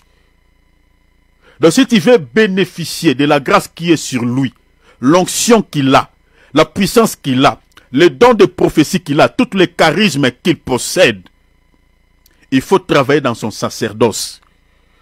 Il faut être connecté avec lui. C'est ça les sacerdoces qu'ils présentent aux gens. Les sacerdoces. Ça fait partie de leurs enseignements. Ils parlent aussi sur l'angéologie. Ouh, là, là, il y a beaucoup de choses. Beaucoup de choses. Je vais vous donner quelques exemples de l'angéologie sur cet enseignement. Vous allez entendre dans l'enseignement sur l'angéologie, il parle plus sur comment opérer avec les anges. Dans leurs enseignements, c'est ça. Comment opérer avec qui? Avec les anges. Sur l'angéologie. Retenez ce que je vous dis, hein, et vous tomberez sur des vidéos comme ça. Les pasteurs qui ont un lien avec le judaïsme, qui ont un lien avec la Kabbale juive, ils ont des enseignements comme ça. Comment opérer avec les anges. Et les enseignements qu'ils donnent sur les angéologies et les noms des anges qu'ils donnent, la majorité des noms de ces anges ne se trouvent pas dans la Bible. Vous allez entendre, je vous donne quelques exemples. Comment opérer par exemple avec l'ange Iriel. Iriel dans la Bible n'existe pas. Mais dans l'enseignement des pasteurs kabbalistes, il y a des anges qui s'appellent Iriel. Retenez ce que je vous dis, bien aimé. Je vous donne seulement des indices rapidement, mais il y a beaucoup de choses à dire par rapport à ça, mais on n'a pas le temps. Comment opérer avec Iriel? Alors Iriel là, qu'il vous prêche, c'est un démon. Comment opérer par exemple avec Raphaël? Raphaël, vous trouverez dans la Bible de Jérusalem des catholiques, mais c'est aussi un démon. Comment opérer par exemple avec, entre guillemets, Gabriel ou Michael? Gabriel et Michael ils prêchent dans la Kabbale. Ce n'est pas Gabriel que Dieu avait envoyé à Marie. Ce n'est pas Michael qui avait précipité Satan vers la terre. C'est un autre Michael. Ce sont des démons. Parce que si vous écoutez bien ces enseignements-là, et si vous entrez profondément, vous allez découvrir cela, mais peut-être ça sera trop tard pour pouvoir sortir. Parce que si vous découvrez leurs histoires, sortir c'est compliqué. Vous comprenez? Vous allez entendre des noms des anges comme ça. Iriel. Comment opérer par exemple avec des noms des anges comme Itiolé? Frère, dans la Bible ça n'existe pas. Mais dans la Kabbale vous entendez des noms des anges Itiolé. Comment opérer avec Haoua? Comment opérer avec Aziel? Dans l'enseignement sur l'angéologie des pasteurs kabbalistes, vous entendrez les noms de ces anges-là que je vous ai cités. Comment opérer avec Métatron? Des anges comme ça. Mais ce sont des démons. Ça, c'est déjà des indicateurs que je vous donne pour reconnaître les pasteurs kabbalistes. Dans leurs enseignements sur l'angéologie, ils vous présenteront tous ces anges-là, tous ces démons-là, ces anges de chi. Vous allez encore attendre dans leurs enseignements, par exemple, quand ils prêchent sur l'ordre de Melchisedec, comme je viens de dire, ils vous présentent un autre Melchisedec. Mais autre symbole, je vous présente, autre symbole pour reconnaître ces gens, les objets. Les objets. Les objets de ces faux prophètes. Retenez que les objets que je vais vous citer tout à l'heure là, que les pasteurs kabbalistes, les prophètes kabbalistes utilisent ces objets-là, le mettent en contact avec les 72 génies de la Kabbale ou 72 génies de la Kabbale qui ne sont rien d'autre que des démons. Je reprends. Je vais vous parler des objets. Si vous voyez ces symboles chez un pasteur, entre guillemets, qui prêche Jésus, mais vous voyez ces signes, vous voyez ces objets. Ne priez pas. Ne priez, parce que Jésus a dit, vous les reconnaîtrez à leurs fruits. Comprenez tout simplement que c'est un kabbaliste, c'est un sorcier, c'est un loup. Je dis que les objets que les pasteurs kabbalistes utilisent le mettent en contact avec les 70 génies de la Kabbale ou 72 génies de la Kabbale, les démons. Parmi lesquels nous avons la kippa, ou si vous voulez la kippa ou dôme, ou ces petits chapeaux comme les papes portent. Si vous voyez un serviteur de Dieu, en plein culte, il porte un petit chapeau comme ça, comme les papes, c'est un kabbaliste. C'est ça le signe que je vous donne. La kippa. La kippa là, il ne porte pas ces chapeaux-là, cette kippa, parce qu'il veut porter les petits chapeaux. Non. C'est un point de contact avec ces 70 démons. Parce qu'il travaille avec ces anges dessus. C'est un point de contact. La kippa qu'il porte là. Si vous voyez un pasteur avec cette écharpe qu'on appelle les talites, le charpe là bleu blanc, ne vous posez pas 3-4 questions, n'allez même pas prier, même si vous priez dans l'église d'un pasteur, ne dérangez pas Dieu. Matthieu chapitre 7, verset 20, vous les reconnaîtrez à quoi? À leurs fruits, c'est tout. Le fruit, c'est un objet palpable, c'est un objet matériel. C'est-à-dire, le Seigneur voulait dire tout simplement, vous les reconnaîtrez à leurs fruits par des signes tangibles. Donc, si vous voyez un serviteur de Dieu avec les talites, cette écharpe-là, bleu blanc, c'est un point de contact, mes bien-aimés, de tout pasteur kabbaliste avec ses 72 démons de la Kabbale. L'épée. Vous allez entendre, dans leur bouche, on parle de l'épée de Salomon, l'épée de Gédéon, l'épée de Jephthé, nanani, nanana. Ils utilisent aussi des épées. Si vous regardez les images que je mets souvent sur mes vidéos que je publie en ligne, vous allez voir, il y a des serviteurs de Dieu en plein culte avec des épées. Souvent, c'est lorsqu'on veut consacrer un serviteur de Dieu, c'est souvent ils utilisent des épées lors de leur consécration. Des épées. C'est aussi le symbole de la Kabbale. Même en plein culte, il y a certains qui utilisent aussi des épées. Entre guillemets, il vous dit que voilà, c'est le combat spirituel. La Bible dit, l'apôtre Paul dit, vous devez aussi détenir l'épée de l'esprit. On parle de l'épée de l'esprit. On ne parle pas de l'épée physique. Vous voulez tromper qui? Et l'esprit de l'esprit, dans la Bible, c'est la parole. Maintenant, qu'est-ce que l'épée physique est venue faire dans les choses de Dieu? L'épée dont l'apôtre Paul parle, ce n'est pas l'épée physique. Donc, il trompe comme ça. Et les chrétiens qui n'ont pas de la connaissance de la parole de Dieu, ils croient à ces bêtises. Donc, si vous voyez à plein... Je sais que je vous dis, mais bien aimé, vérifiez. L'Internet est à notre portée. Tapez sur la toile. Après même cette émission, vous tomberez sur des vidéos où vous verrez. J'ai des vidéos ici, des extraits, mais je n'ai pas eu le temps de faire cela. Mais si vous voulez quelques vidéos, je vous enverrai. À plein culte, un pasteur avec l'épée. Vous pensez que voilà, parce qu'il a envie, il est en train de vous mentir que cette épée que je tiens entre mes mains, c'est l'épée de l'esprit pour combattre. Mais on dit l'épée de l'esprit, toi tu tiens l'épée physique comment? C'est un point de contact, cette épée-là, qui va lui permettre d'entrer en contact avec ses 72 démons. La canne ou les bâtons. Il y a d'autres qui utilisent des cannes, des bâtons. Des grosses chaînes avec un crucifix ou une croix. Si vous voyez un serviteur de Dieu qui porte une grosse chaîne avec un crucifix, ne vous dérangez pas, vous ne posez pas beaucoup de questions. C'est un kabbaliste. Ce sont des points de contact. Ce sont ces objets-là qui les mettent en contact avec ces génies de la Kabbale. Autre objet, des parfums portant des images d'anges Michael sur les bouteilles. Tapez sur la toile seulement Makoso. Hein? C'est un faux prophète de la Côte d'Ivoire. Lui, il vend ces parfums-là. À part lui, il y en a d'autres. Hein? Il y en a d'autres, ils sont pleins. Mais tapez seulement son nom. Il est en train de vendre ça. Ce sont des parfums. Il est en train de dire même ouvertement que ça vient de l'Israël. J'ai cette vidéo ici. Tout celui qui veut ça, je vous enverrai.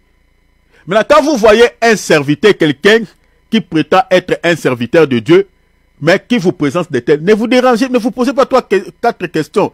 C'est un sorcier. C'est un sorcier. Il se ressemble au Simon le magicien. Il se ressemble à ce monsieur qui s'appelait Bar Jésus. C'est un occultiste, c'est un sorcier. Il utilise la Kabbale. Et le monsieur là que je vous cite son nom, à part lui, il y en a tant d'autres. Regardez les miracles qu'il a réalisés, ça et là. Hein. Il vient souvent ici en France. Hein. Beaucoup de Français sont séduits par les miracles qu'il réalise. Il harangue de foule ces messieurs-là. Des parfums. Si vous voyez dans un culte, lors des services de délivrance, un serviteur de Dieu est en train d'utiliser des parfums. C'est un kabbaliste. Comme ce monsieur qui est déjà décédé, Jimmy Joshua. Il utilisait les parfums. Il pulvérisait les parfums comme ça. S'il pulvérise, pouf, sur quelqu'un, vous voyez quelqu'un va tomber, les esprits commencent à se manifester. Entre guillemets. C'est aussi le signe de la Kabbale des parfums là. L'application d'huile. L'application d'huile est biblique. Mais, on n'utilise pas souvent l'huile dans la prière, le nom de Jésus. Jésus nous a donné son nom suffit. Mais on peut utiliser l'huile dans des cas un peu particuliers si le Seigneur aussi vous met à cœur d'utiliser l'huile. Ce n'est pas tout le temps.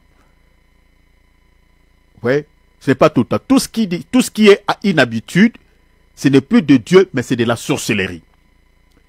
Mais dans les pasteurs qui utilisent la Kabbale, ils se servent de l'huile à chaque fois dans leur service de délivrance. Et l'huile là qu'ils utilisent, c'est une huile démoniaque. Et toutes ces choses-là, ils vendent des huiles, ils vendent de tout ça. Voilà. Ce sont des signes que je vous donne. Il y a aussi les téphilim. Pour ceux qui ne savent pas, téphilim, ça ressemble aux phylactères. Si vous lisez par exemple Matthieu chapitre 23, quand Jésus dit que les pharisiens portent de longues robes avec des phylactères. Des phylactères, c'est comme des petites boîtes à l'intérieur contenant des écrits. Maintenant, les phylactères ici, c'est des petites boîtes à l'intérieur. On retrouve quoi? On retrouve des cuirs noirs contenant des rouleaux sur lesquels il y a des inscriptions, quelques écrits de la Torah. Vous voyez, c'est des fils un peu en cuir noir comme ça. Les juifs qui sont dans le judaïsme, donc ils mettent ça sur leurs bras. Donc si vous voyez un pasteur avec ça, c'est aussi un kabbaliste, un sorcier. La corne ou le chauffard, ça vous verrez, vous trouverez ça dans plusieurs églises. Des pasteurs avec des cornes, avec des chauffards. Souvent lors de la fête de la Nouka, si vous tapez, il y a des vidéos sur la toile, vous trouverez ça. Souvent lors des fêtes de la Nouka, même en dehors de cette fête, ils ont des chauffards. C'est aussi le symbole des pasteurs qui sont dans la Kabbale, qui travaillent avec les 70 génies de la Kabbale, des démons. Un autre élément, l'arbre séphirote. L'arbre séphirote. Ça, beaucoup de gens ne le connaissent pas. On appelle ça dans un autre langage l'arbre de vie. C'est l'un des plus grands symboles de la Kabbale. Je dis que l'arbre séphirote, c'est l'un des plus grands symboles de la Kabbale. Ça ressemble à, comme j'avais dit l'autre fois, ça ressemble à l'entomium de Bruxelles. Vous voyez l'entomium de Bruxelles, ça ressemble à ça, cet arbre séphorique. C'est l'un, je dis bien, je pèse mes mots, c'est l'un des plus grands symboles de la Kabbale. Je vais d'abord vous lire d'abord un petit truc et puis je vais vous expliquer ça. Donc, cet arbre possède 10 boules, par où circule l'énergie représentant les 10 régions. Les 10 boules là, ça représente les 10 régions de l'univers. Selon ce document, dit quoi? Car Dieu a créé le monde à partir du plus haut jusqu'à notre monde ici. Maintenant, cet arbre-là, ils utilisent ça pourquoi? Selon ce document, dit, ils utilisent cela pour obtenir le vertu de chaque région, car chaque région a une vertu. Vous comprenez? Donc, c'est-à-dire, je vais vous expliquer ça dans un langage simple. Cet arbre séphirote, j'ai une vidéo ici, si vous voulez, je vous enverrai. Ou tapez sur Internet, l'arbre séphirote, vous allez voir. C'est un élément de la Kabbale. Un élément, mes bien-aimés, très très symbolique, un élément central de la Kabbale. Toutes les prophéties que ces gens-là donnent, c'est au travers de cet arbre de vie. Cet arbre séphirote. Tous les pasteurs de la Kabbale, tous ceux qui sont dans la Kabbale, ils utilisent aussi cet arbre pour donner des prophéties. Parce que il y a une énergie démoniaque qui circule dans ce machin. C'est-à-dire, ce machin résume la vie de tous les habitants de la terre. Donc, c'est-à-dire, un pasteur kabbaliste qui utilise cet arbre séphirote, même ici, tu es, je ne sais pas, tu viens d'où, mais il peut te détailler. Il peut te donner... Je voulais vraiment vous balancer cette vidéo. Je regrette pourquoi je ne l'ai pas fait. Vous allez voir quelqu'un qui est en train d'invoquer avec ça et il est en train de demander des détails pour la vie des gens. Il dit, j'aimerais que quand je veux prophétiser, que je donne les détails, les moindres détails qu'il faut sur la vie des gens. C'est au travers de cet arbre. Et la majorité des pasteurs qui sont entrés dans la Kabbale, qui ont vraiment une conscience, qui sont avancés, cher enfant de Dieu, utilise cet arbre de vie. Et ces gens-là, mes bien-aimés, il peut te détailler, il te connaît pas, mais il peut te donner des détails, sauf que nous là, il peut pas. Il peut pas parce qu'avec l'esprit de Dieu que j'ai, il ne peut pas. Mais seulement les gens qui le suivent. Il peut te donner les détails de ta vie. Ce qui se passe dans ta vie. Mais au travers quoi? Au travers des esprits qui contrôlent toutes les régions de la terre. Parce que au travers de cet arbre, comme je viens de dire, il y a au moins 10 boules. Ces 10 boules-là circulent une énergie satanique, bien évidemment, représentant les 10 régions de l'univers, selon la Kabbale. Même si tu viens vers l'Alaska, si tu racontes un kabbaliste, il peut te donner les noms même de tes ancêtres. Mais par des esprits démoniaques, par des 72 génies de la Kabbale qui travaillent au travers de cet arbre. Leur habillement, ils s'habillent tout à blanc lors de la célébration de la fête de l'Hanouka. Comme cela vient de se passer récemment ici, ça commence à la fin du mois de novembre et ça prend 8 jours au moins. Donc cela est déjà passé. Si vous tapez sur la toile, vous tomberez lors de cette cérémonie de l'Hanouka, de cette fameuse fête satanique, vous allez voir qu'il s'habille en blanc-blanc. Vous voyez, il s'habille en blanc-blanc. Et autre chose, les bougies. Ils allument aussi les bougies. C'est aussi les symboles de la Kabbale. Autre signe que vous pouvez remarquer si un pasteur ou un prophète est dans la Kabbale juive, hein, c'est pendant leur culte, pendant la réunion. Ils invoquent les anges.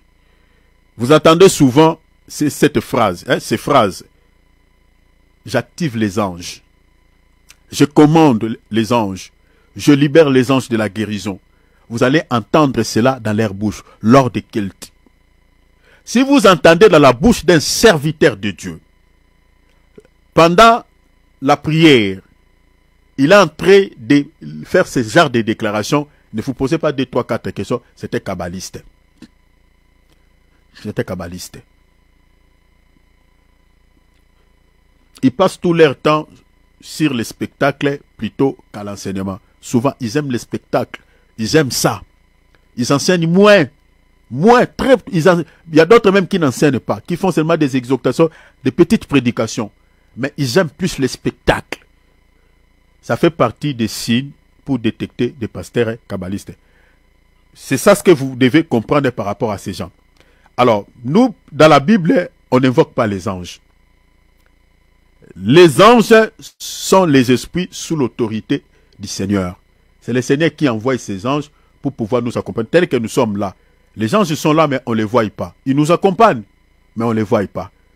C'est le Seigneur qui les envoie. Mais nous, on ne commande pas les anges. Les anges sont sous l'autorité de Dieu. Les anges de guérison existent. Ils existent. Prenons par exemple au piscine de Bethesda. Il y avait un ange de guérison qui descendait. Si l'ange bouge l'eau, tout celui qui descend, il était guéri. Les anges de guérison existent. Mais on ne les commande pas. Nous, on ne les commande pas. On ne les dirige pas. C'est Dieu lui-même qui ordonne à ses anges. Je vous donne les versets. Hébreux chapitre 1er, verset 14 à 15. Lisez également Matthieu chapitre 26, 53. Vérifiez ça. Donc, on n'a pas le temps de lire. Alors, on va terminer ici au 11e facteur. Comme je viens de dire, l'une des plus grandes caractéristiques des faux prophètes, je dis, est la division et la manipulation. Pourquoi je dis cela? Les faux prophètes divisent. Ils aiment diviser. Ils aiment diviser pour faire quoi? Pour mieux régner, pour mieux vous manipuler, pour vous faire leur proie ou leur victime, si vous voulez, afin de pouvoir vous détruire. C'est ça leurs objectifs. Parce qu'ils ont la même mission que leur maître. Ils divisent, ils manipulent pour vous contrôler, pour que vous soyez leur proie, leur victime, afin de pouvoir vous détruire. Parce que ce sont des loups. Vous voyez, le loup devant la brebis n'épargne pas la brebis, le loup. Le loup, il la détruit. Il tue la brebis. Il détruit la brebis. Maintenant, pour pouvoir détruire la brebis, qu'est-ce que ces loups fait? Ces loups font. Les faux prophètes utilisent quoi? La division utilise la manipulation. Mais je vais vous lire un texte avant de vous expliquer certains détails. Colossiens chapitre 2 verset 8, la Bible dit « Prenez garde que personne ne fasse de vous sa proie. » Est-ce que vous voyez? Donc quand l'apôtre Paul dit que personne ne fasse de vous sa proie ou sa victime, c'est qu'il y avait des gens à l'époque de l'apôtre Paul qui maintenaient les enfants de Dieu comme leur proie, comme leur victime. C'est ça un faux prophète. Parce que tout celui qui prie dans l'église d'un faux prophète, il est sa victime. Il est sa proie. Parce qu'il peut te détruire à tout moment. Alors l'apôtre Paul dit ici, il mettait les croyants en garde que personne ne fasse de vous sa proie, sa victime. Par quoi? Par la philosophie. La philosophie, c'est quoi? La philosophie, c'est des pensées. Des pensées qui n'ont rien à voir avec la parole de Dieu. Il vous prêche un évangile qui n'a rien à voir avec la doctrine des apôtres. Il vous présente une pensée satanique. Ils vous disent des choses qui ne se justifient pas dans la Bible, mais ils vous font avaler cela comme de la parole de Dieu, comme des pilules. Parce que ce sont déjà la majorité, ils ont fait l'art de parler, la rhétorique, ils savent parler. La philosophie, l'apôtre Paul parle de la philosophie. Il dit par une vaine tromperie, s'appuya quoi? Sur la tradition des hommes. Vous voyez? Les traditions des hommes, sur les rudiments du monde, et non pas sur la doctrine de Christ. Est-ce que vous voyez? Il ne se base pas sur la doctrine de Christ. Il ne se base pas sur les enseignements des apôtres. Ils aimaient des théories. Ils aimaient, voilà, de dire des choses moins importantes dans leurs enseignements. Ils ne se basent pas sur la doctrine du Seigneur. Et l'apôtre Paul dit, attention, que prenez garde, que personne ne fasse de vous sa victime. Alors, l'instrument utilisé par les faux prophètes pour manipuler ou diviser les gens repose souvent sur les fausses prophéties. Retenez ça, n'oublie pas. Je reprends pour ceux qui écrivent. Je dis l'instrument ou l'outil utilisé par les faux prophètes pour manipuler ou diviser les gens, souvent c'est sur les fausses, repose, je dis souvent sur les fausses prophéties. C'est ça leur outil, les fausses prophéties. Je lis Jérémie 14, 14 à 15. Et l'Éternel me dit, ce prophète prophétise les mensonges à mon nom. Vous voyez, l'Éternel savent qu'il y a des prophètes qui prophétisent quoi? Les mensonges à son nom. Depuis à ce temps-là. Prophétisent les mensonges à mon nom. Je ne les ai point envoyés. Je ne leur ai point donné d'ordre. Je ne leur ai point parlé. Ils vous prophétisent des visions mensongères, des divinations sans valeur, de tromperies de leur cœur. Vous voyez, l'apôtre Paul dit quoi? Prenez garde, que personne ne fasse de vous sa proie par une vaine tromperie. Vous voyez? C'est ça. Des tromperies de leur cœur. C'est pourquoi ainsi parle l'Éternel sur ces prophètes qui prophétisent à mon nom, sans que je les ai envoyés, et qui disent, il n'y aura dans ces pays ni épée, ni famine. Ces prophètes périront par l'épée et par la famine. Il y a un châtiment qui est réservé à ces gens. Mais retenez que l'outil et l'instrument que ces gens utilisent pour manipuler les gens, pour faire certains chrétiens leurs victimes, c'est les fausses prophéties. N'oublie pas ça, cher enfant de Dieu. Un faux prophète, s'il veut vous manipuler, cher enfant de Dieu, s'il sait que tu l'écoutes, tu peux donner ton oreille pour l'écouter, cher enfant de Dieu, il va te manipuler avec les fausses prophéties. Les fausses prophéties. Il donne constamment des fausses prophéties avec un seul objectif, peut-être, de t'éloigner soit avec ta famille, avec ton mari, avec ton fiancé ou ta fiancée, avec par exemple ton ami ou ton collègue. Pourquoi? Dans un seul objectif, de t'isoler. Vous voyez? De t'isoler afin que tu sois vulnérable pour mieux te détruire. Ils les font souvent. Ils vont t'écarter avec des gens qui peuvent t'aider, qui peuvent t'ouvrir les yeux pour les détecter. Souvent, ils sont comme ça. Surtout s'ils savent que tu vis avec un ami, quelqu'un vraiment qui connaît peut-être les choses de Dieu, telles que nous là par exemple. Cher enfant de Dieu, mais il peut te dire, donner une prophétie, dit, tu vois Thierry là, c'est un sorcier, c'est quelqu'un qui t'aime pas. Le Seigneur m'a révélé l'identité de ce monsieur. Il est jaloux de toi, il est ceci, il est cela. Et si toi tu n'as pas le discernement, tu vas croire. Et si tu crois à un tel mensonge, directement tu vas te séparer de moi. Tu te déconnectes de moi. Et puis c'est fini. Et là, tu es maintenant isolé.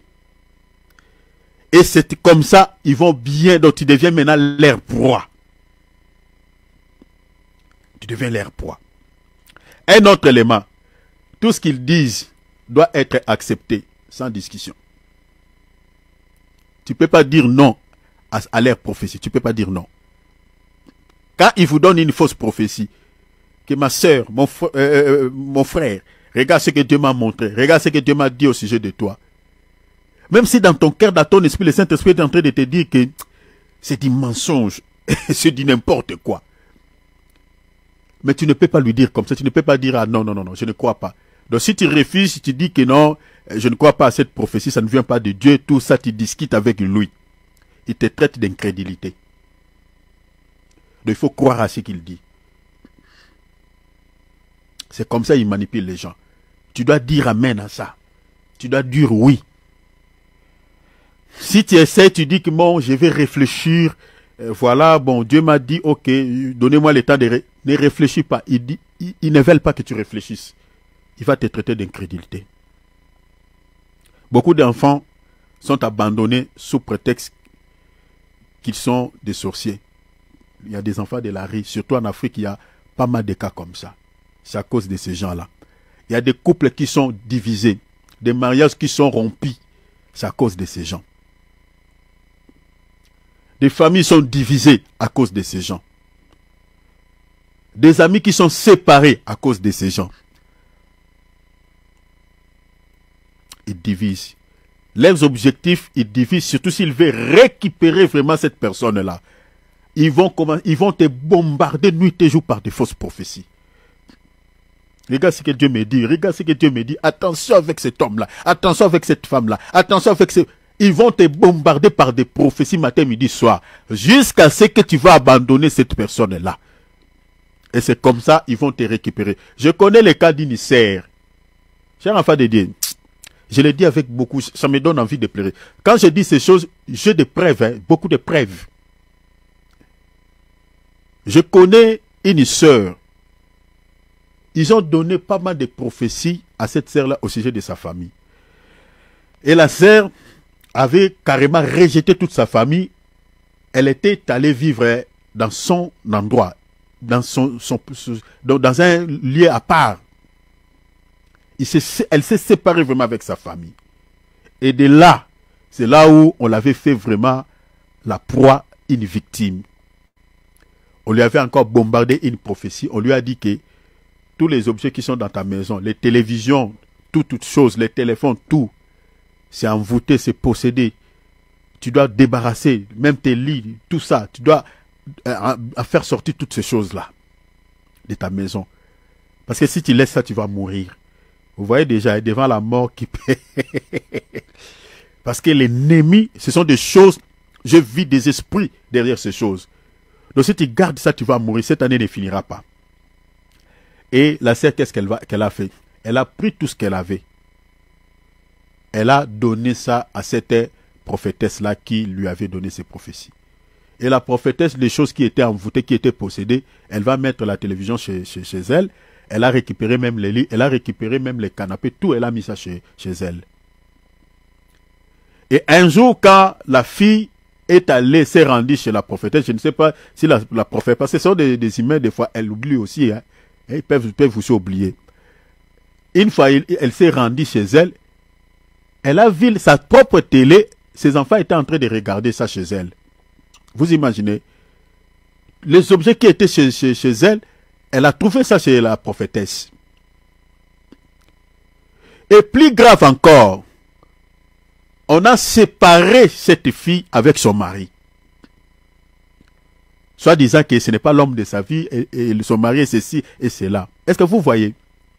C'est ça le rôle des faux prophètes, des prophéties mensongères. Sœur Alpha Dédé, je vous avais dit ici, comment tu peux reconnaître une prophétie authentique qui vient de Dieu? Je vous avais dit ici, si vous n'êtes pas enseigné de ces choses, chers enfants de Dieu, vous allez être manipulé. Parce qu'un faux prophète utilise aussi des fausses prophéties pour au fait, diviser une personne avec peut-être quelqu'un. Vous voyez, surtout s'ils veulent faire cette personne-là leur proie, récupérer vraiment la vie, ils veulent détruire la vie de cette personne, ils vont les bombarder avec des fausses prophéties. Jusqu'à ce qu'il va s'éloigner de toutes les personnes, qu'il reste seul, qu'il soit isolé, qu'il soit vulnérable. Il y a des femmes qui plairent leur mari, il y a des femmes qui plairent leur fiancé, il y a des hommes aussi qui plairent leur femme. C'est à cause des fausses prophéties des faux prophètes. Il y a des familles qui sont divisées, des enfants qui sont abandonnés. À cause de ces gens-là. Ils ont la même mission que leur maître. Jean 10, détruire, tuer, dérober. Ils ne sont pas là pour faire du bien. Ils sont des manipulateurs. Souvent, nos jeunes sœurs célibataires et celles qui ont des problèmes de stérilité sont des victimes de leur manipulation.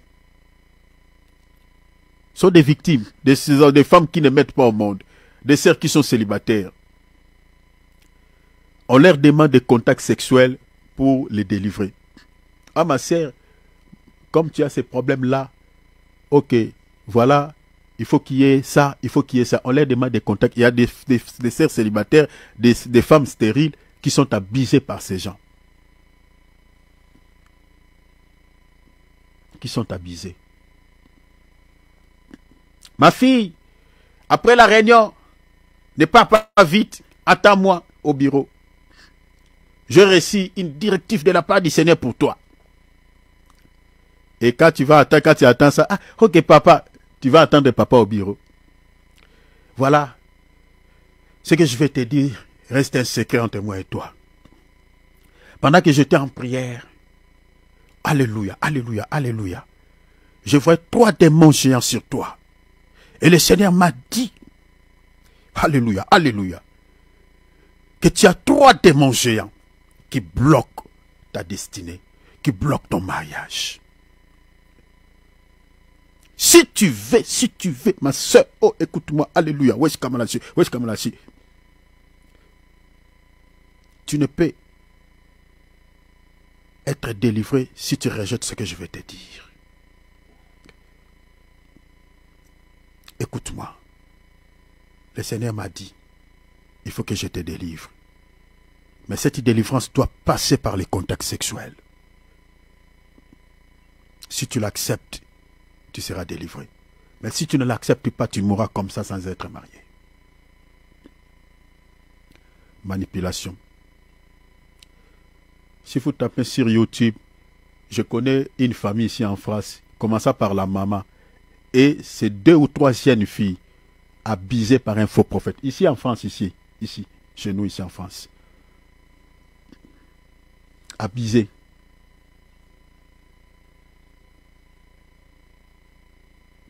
Le Seigneur m'a dit de bénir 5 personnes aujourd'hui. Alléluia. Oh, merci Seigneur. Oh, merci Dieu. Le Seigneur m'a dit de bénir 5 personnes. Rien, 5 personnes seulement aujourd'hui. Qui vont prendre un engagement de 20 000 euros jusqu'à la fin du mois. 5 personnes seulement. Pas plus. Sois le premier à recevoir cette bénédiction, ma sœur. Sois le premier à recevoir cette bénédiction, mon frère. 5 personnes. Des manipulateurs. Qui était là quand le Seigneur lui... Qui était là quand le Seigneur lui avait dit de bénir 5 personnes? Alors, pour terminer, les conséquences spirituelles de la manipulation des faux prophètes peuvent même entraîner une personne à la mort sans qu'elle s'en rende compte. Les conséquences spirituelles de la manipulation des faux prophètes peuvent même entraîner une personne à la mort sans qu'elle s'en rende compte. Je vais vous fournir des exemples dans la Bible. Je vous donne des exemples. Vous connaissez l'histoire d'Akab dans 1 Roi chapitre 22, 6 à 23. Ce dernier est allé mourir à la guerre. Suite à quoi? Suite à la manipulation des faux prophètes de Baal. Dieu m'a dit, fais ceci, fais cela, monte à Ramoth, tu vas battre les Assyriens, fais ceci. Ils ont manipulé les rois. Et vous connaissez la suite. Le roi Akab était décédé. À cause de quoi? De la manipulation. C'est enfin de Dieu. Ne néglige pas ce que nous sommes en train de vous dire. Ces gens-là, ils ont une même mission que leur maître, les diables. Ils ont la même mission. Ils tuent des vies. Ils tuent des familles. Ils tuent des couples. Ils tuent. Le roi Akab a connu la mort à cause de la manipulation des faux prophètes. Le faux prophète Michée était là. Il a dit à Akab, Akab, ne monte pas à Ramoth, tu mourras, tu mourras. Le Seigneur m'a dit, l'esprit qui anime ces gens-là, c'est l'esprit des mensonges. Ne pars pas. Mais, vous savez, comme je viens de dire, nous sommes en train de prêcher là des bonnes choses. Hein. Mais combien nous écoutent? Combien? Mais là où les mensonges est prêché, oh, c'est là où il y a des amens. Hein. C'est là où il y a du monde. C'est là où il y a des amens. Akab n'a pas voulu écouter un vrai prophète. Parce que l'homme aime toujours qu'on lui dise des choses qui lui caressent au sens du poil. Regarde, je vous lis. Je vous lis. 1 Roi chapitre 26. On va lire seulement une portion. Tous les prophètes prophétisent ainsi disant, monte à Ramoth à Galade et tu réussiras. Et quoi? Tu réussiras. Qui refuse les succès? Qui refuse la réussite? Ma soeur, comme nous sommes en train d'aller vers 2025, les réveillons qui auront lieu le 31 décembre, regardez les affiches sur la toile. Je suis en train de te dire, surtout si tu travailles, on sait que tu travailles, on te cible. Hein. Il est en train de dire du haut de la chaise, il sait déjà que ce que je suis en train de dire là, c'est pour tel. 1 Roi 22, 6, 23. Ma soeur, je suis en train de te dire, l'année qui commence là, cette année qui va commencer là, tu ne seras plus la même personne. L'année 2024, tu as beaucoup pleuré, tu as beaucoup pleuré, tu as beaucoup pleuré. Mais l'année qui va commencer, tu ne pleureras plus. Donnez-moi un amen, donnez-moi un amen. Là, il a entré. Que Dieu nous délivre. La Bible dit, il prophétise, ainsi disant, monte à Ramoth, à Galade, et tu réussiras. Vous voyez, quand Akab a entendu récite, ah, j'aurai la récite, ah bon? Car l'Éternel, ils jurent au nom de l'Éternel, hein, parce qu'ils savent que tu es la brebis.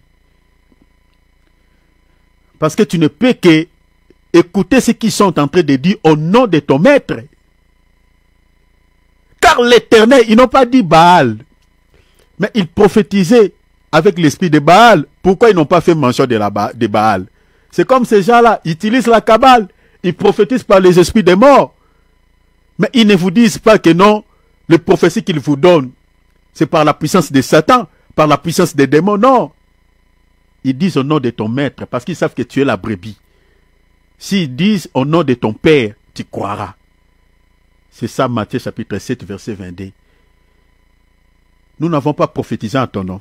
Nous n'avons pas fait des... Vous voyez, ils font tout au nom de notre papa. C'est comme ça ils ont eu Akab. Faisons attention. Je vous ai beaucoup parlé ici. Je vous ai donné des signes. Comment reconnaître une prophétie authentique qui vient de Dieu? Une prophétie authentique qui vient de Dieu comporte 3 caractères. 1. L'édification doit instruire, doit construire la foi, doit bâtir la foi. 2. Exhorte, encourage. Ça va te motiver. Même si tu traverses des épreuves, mais cette prophétie va te pousser dans la présence de Dieu. Va te motiver. Ne va pas semer la peur dans ton cœur. Mais ça va te pousser auprès du Seigneur. Encourager. Et 3, console. Il y a des directives. Le Seigneur peut te dire, ma fille, mon fils, par rapport à cette situation que tu es en train de traverser, écoute, cherche-moi pendant 24 heures et j'agirai. Ça console, parce que Dieu te dit, tu le cherches pendant 24 heures et après 24 heures, il agira. C'est comme Ézéchias, il avait une plaie. Le Seigneur libère une prophétie, dis-lui de prendre les feuilles de figuier sèches, applique sur sa plaie et il sera guéri. Ça console, c'est une prophétie qui console, qui vient avec un remède, qui vient avec une solution. Ce sont les 3 caractéristiques qui authentifient une prophétie qui vient de Dieu. Si dans une prophétie, je suis dans 1 Corinthiens chapitre 14 verset 3. Si vous ne voyez pas ces 3 éléments dans une prophétie, ça ne vient pas de Dieu. J'avais donné tout un enseignement sur ça. Regardez les vidéos que nous avons fait par rapport à ça. Et vous connaissez, ils ont manipulé Akab et Akab est parti à la guerre. Il est allé décéder là-bas. C'est en enfer, je crois, que ce monsieur s'est rendu compte que ces gens l'avaient menti. Il s'est rendu compte, mais trop tard. Il n'est plus dans ce monde. C'est comme beaucoup de chrétiens que nous sommes en train de prêcher là. Ceux qui nous ont suivis même une fois, même un jour, mais qui nous ont précédés cette année 2024 dans l'au-delà, beaucoup se rendent compte là-bas. Si je pouvais, mon Dieu, écouter ces frères-là, si je pouvais, mon Dieu, y plaire. Akab plairait au nom de Michée. Ah, mon Dieu, si je pouvais écouter Michée, j'ai fait souffrir quelqu'un qui voulait mon bien, parce qu'il avait laissé Michée en prison. Il a dit, mettez-les en prison là-bas. Il n'a jamais prophétisé quelque chose de bien pour moi. Il a écouté les mensonges. Les gens aiment les mensonges. Mensonges. C'est le comportement des chrétiens que nous avons aujourd'hui. Aiment les mensonges. Là où on leur mente là, c'est là où ils y vont. 4 quel du succès. J'ai dit à quelqu'un, ma fille, ma sœur, parce qu'ils vous aiment vous appeler comme ça. Ma fille, ma sœur. Moi, je suis ta fille ou ton fils.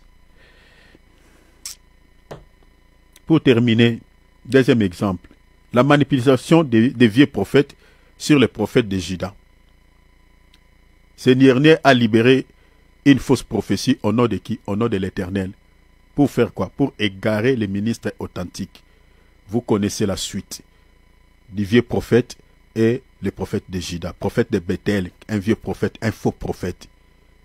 Il a libéré une prophétie, une fausse prophétie. Il a dit que j'ai reçu une visitation de l'ange. Bien aimé, restons dans la présence de Dieu. S'il vous plaît. Ces gens-là sont sans pitié. Quand il veut t'égarer, quand il veut te manipuler, il est préparé. Si tu n'as pas de Dieu, tu vas t'égarer. On va te détruire. Et au moment où nous sommes en train de parler, il y a d'autres qui sont morts, il y a d'autres, leurs mariages sont cassés à cause de ces gens. Regardez un ministre de Dieu qui écoute Dieu. Mais un faux prophète a réussi de pouvoir les manipuler et de conduire la vie de cet homme vers la mort.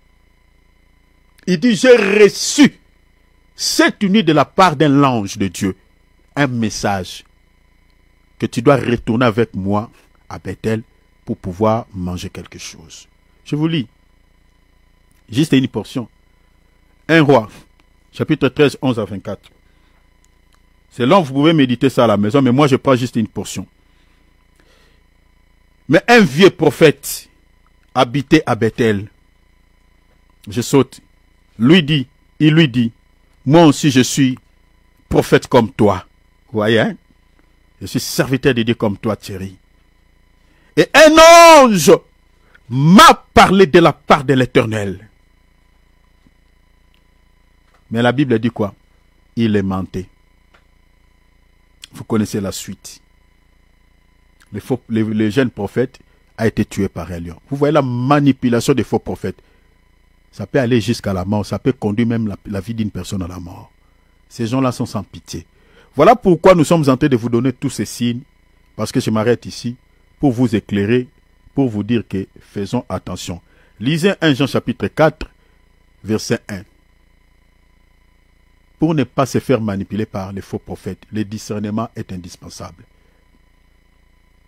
Je répète, si vous ne voulez pas se faire manipuler par les faux prophètes, le discernement est indispensable. surtout les chrétiens, surtout ici, je parle plus à mes jeunes, à mes mamans, vous mes mamans là, vous qui nous ont mis au monde. C'est vous qu'on manipule beaucoup. Beaucoup, beaucoup, beaucoup. Vous êtes trop manipulés par les faux prophètes. Les frères ne sont pas épargnés. Ayez des discernements. Méditez vos Bibles. 1 Jean chapitre 4 verset 1er. Bien-aimés, ne soyez pas à tout. La Bible dit, ne croyez pas à tout esprit, mais éprouvez quoi? Les esprits pour savoir s'ils sont de Dieu. Car plusieurs faux prophètes sont venus où? Dans le monde. Donc quand l'apôtre Jean est en train de donner cet enseignement aux enfants de Dieu, c'est pour mettre en garde les enfants de Dieu. Il dit, ne croyez pas que le Saint-Esprit m'a dit, que le Dieu m'a dit, Dieu m'a dit. Même Joseph, quand Marie était tombée enceinte du Seigneur Jésus-Christ, quand Marie voulait parler avec son mari, tout ça, j'ai reçu cette grossesse par la vertu du Saint-Esprit, c'est Dieu qui m'a... Joseph n'a pas crié comme ça. Il n'a pas crié à tout ce que Marie lui disait. Mais non. Joseph a pris son temps. Pourquoi les chrétiens ne prennent pas le temps? Dieu savait que Joseph ne pouvait pas croire comme ça. Dieu lui-même est entré en contact avec Joseph pour confirmer ce que Marie disait. Si un serviteur de Dieu reçoit un message pour toi, ma sœur, c'est quelle base toi tu peux dire que ce qu'il dit là c'est vrai? C'est quelle base? Même si cela s'avère vrai. Prenons aussi le temps de prier Dieu toi-même, non? Dieu nous connaît. Dieu n'a pas dit à Joseph, toi là, je vais te tuer, je vais te frapper. Non, non. Joseph n'a pas crié directement tout ce que Marie disait à lui. Et c'est comme ça Dieu est entré en contact, Dieu a confirmé. Si Dieu, il a parlé à quelqu'un, à ce monsieur-là, à ce prophète-là, il a libéré une prophétie pour toi. Mais, cher enfant de Dieu, prenez aussi le temps toi-même de prier Dieu. Dis Seigneur, ce n'est pas l'incrédulité, mais je vais Seigneur, parce que il y a des gens qui sont animés aussi par des esprits de python, qui disent des choses vraies. Mais est-ce que c'est toi réellement qui as parlé à ces messieurs? C'est toi réellement qui as parlé à ces pasteurs? C'est toi réellement qui as parlé à ces prophètes? Le Seigneur ne dira pas que tu es incrédule. Non, le Seigneur sait qu'il y a des faux prophètes. Il y a des gens qui donnent des prophéties aussi qui s'avèrent vraies, mais qui par l'esprit de python. La Bible dit, l'apôtre Jean dit, ne croyez pas à tout esprit, mais éprouvez les esprits pour savoir s'ils sont de Dieu. Pour savoir s'ils sont de Dieu. Parce qu'il y a des esprits qui ne sont pas de Dieu.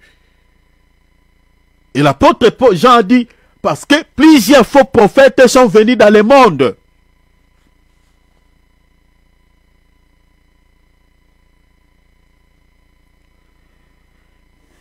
Soyez comme les chrétiens de Béret. Les juifs de Béret avaient des sentiments nobles. Ils examinaient toutes choses. Ils retenaient ce qui est bon. Ils rejetaient ce qui est mauvais. Dans 1 Thessaloniciens 5, 21, l'apôtre Paul dit, examinez toutes choses, retenez ce qui est bon. On va prier. Aie l'habitude de lire la Bible. Aie l'habitude de chercher Dieu. Ne sois pas un chrétien sentimental. Tu n'as qu'une vie. Si tu la perds, c'est fini. Tu n'as qu'une vie. Les faux prophètes sont nombreux, sont répandus. Sur 10, ils sont 8. Ils sont 8. Ils sont beaucoup. Prie le Seigneur à la manière dont tu as compris cet enseignement. Nous mettons un point virgule aujourd'hui. Mais demande à Dieu que le Seigneur puisse vraiment t'aider. Prie avec tout ton cœur. Il revient. Préparons-nous à la rencontre du Seigneur. Ces gens, ils ont une mission d'égarer. Mais nous aussi, nous avons une mission de pouvoir vous ouvrir les yeux pour que vous puissiez être sauvés. Prie le Seigneur.